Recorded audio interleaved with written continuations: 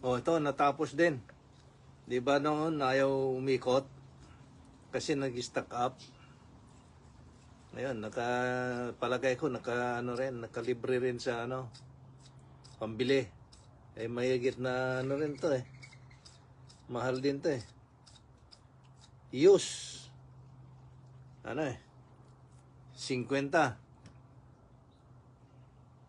50 harinaya dollar. Ngayon, subukan natin, kung tama na nagawa ko. Ito, ilagay ko lang dito sa may beep at may reading. Yung sabi ko sa inyo na ito naman, digital, walang positive, negative. Pwede maski saan. Huwag lang yung digital. Yung digital, pwedeng maski saan. Yung analog ang hindi pwede. Kailangan hanapin mo yung positive, negative niya yan. Kasi pagka hindi, masisira. Itong analog, maski sa mo isaksak. Kaya tignan natin kung may tunog at may reading, yan ang pwede. Pero kung walang reading, may tunog pero walang reading, basta may tunog lang, walang reading, hindi pwede dahil ang niya yon, pagka may tunog na may reading ay walang reading. Halimbawa, yung walang ito, kagaya nito, may reading to. Yan Pagka halimbawa, naging 000, ang niya, reading niya, meaning grounded. Nagsama itong dalawang wire niya. Yan ang ibig sabihin. Ito, may reading to. Yan 0940. Yan ang reading niya. Ayan, natin, lagyan natin sa iba. May reading. Ayan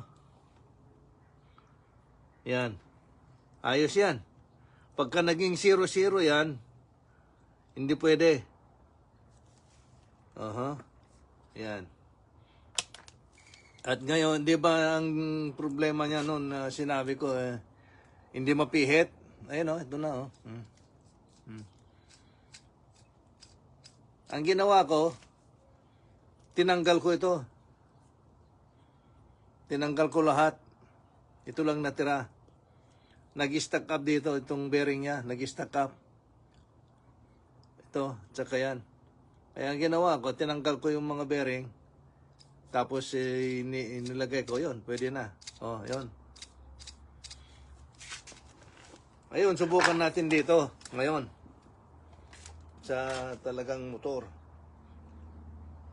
Kasi yung motor, di ba, sabi natin mayroon yan.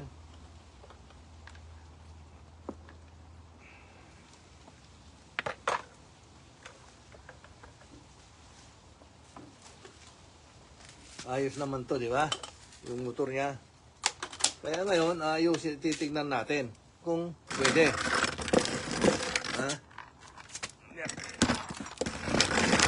Lagyan natin yung baterya. Kasi hindi pa nakalagay yung baterya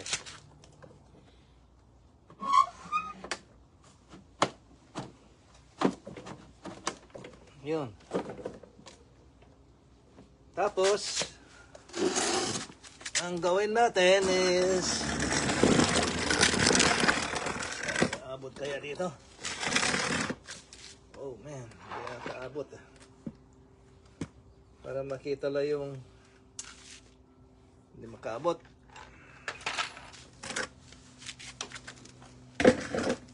Ayun, ang gawin natin dito. Subukan ko nito para makita nyo lang kung saan makaabot na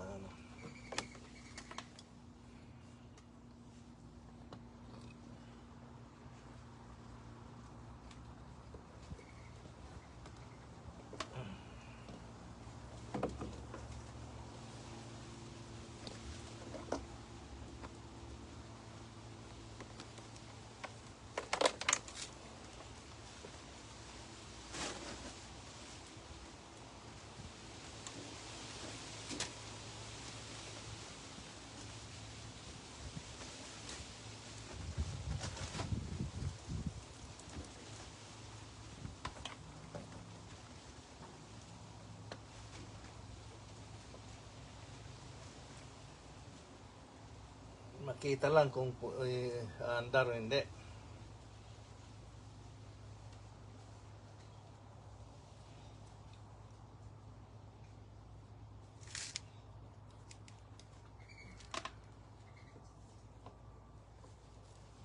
Yan. Oops. Makita.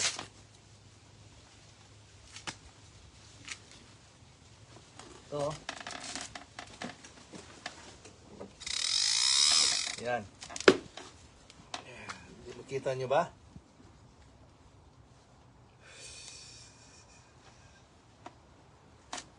Ilapit natin. Kasi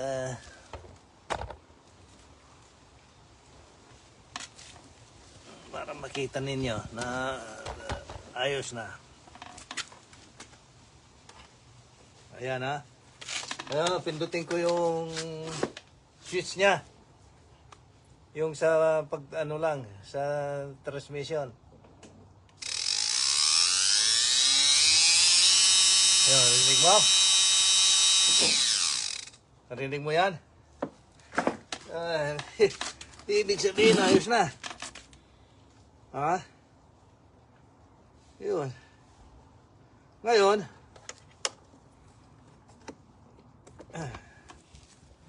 ilagay natin na dito sa assemble mo ano natin. Papakita ko lang sa inyo kung paano mang-assemble.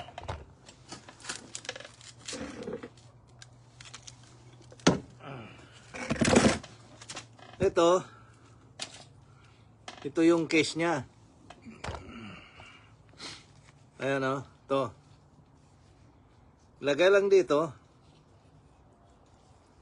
Yan. Pero, mayroong butas dito na masa. Yung, ganyan.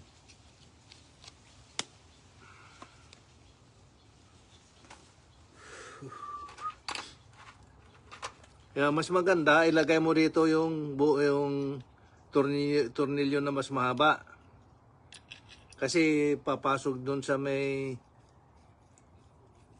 transfer gear niya, yung differential gear niya. Yan, ganyan ang paglagay mo. Ito.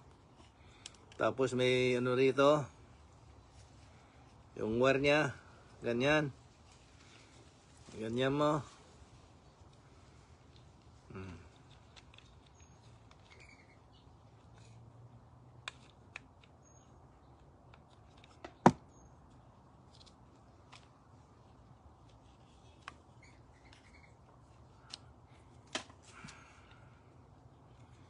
Anyway, ito hindi tutorial to. Bahala lang kayo kung pinapakita ko lang kung paano akong gumawa sa matanda na pero malinaw pa rin ang pag-iisip yata. Bahala na kayo kung anong isipin ninyo. Ito, kailan pa yon? Isang araw pa yon na inano ko ito.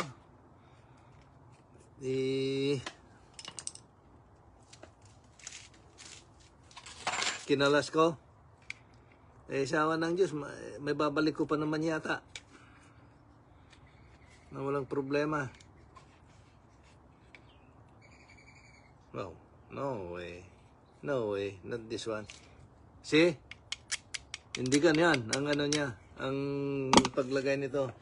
Mali. Kaya yung sinasabi ko sa inyo, nilagay nyo muna yung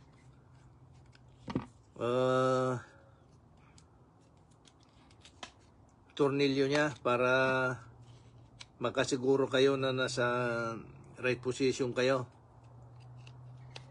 Yan. Ano ba? Ganyan ba?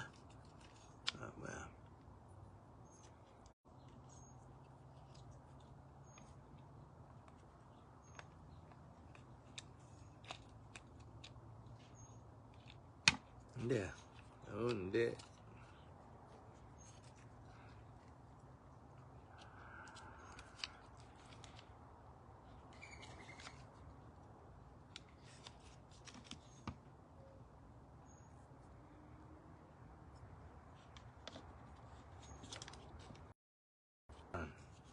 Not like that. Like that.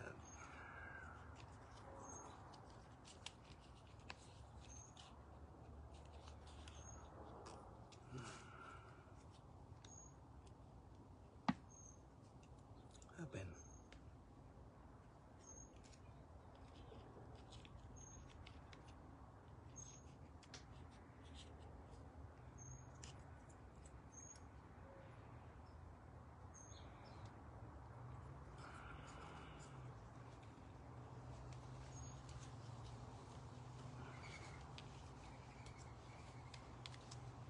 Yun, ganyan.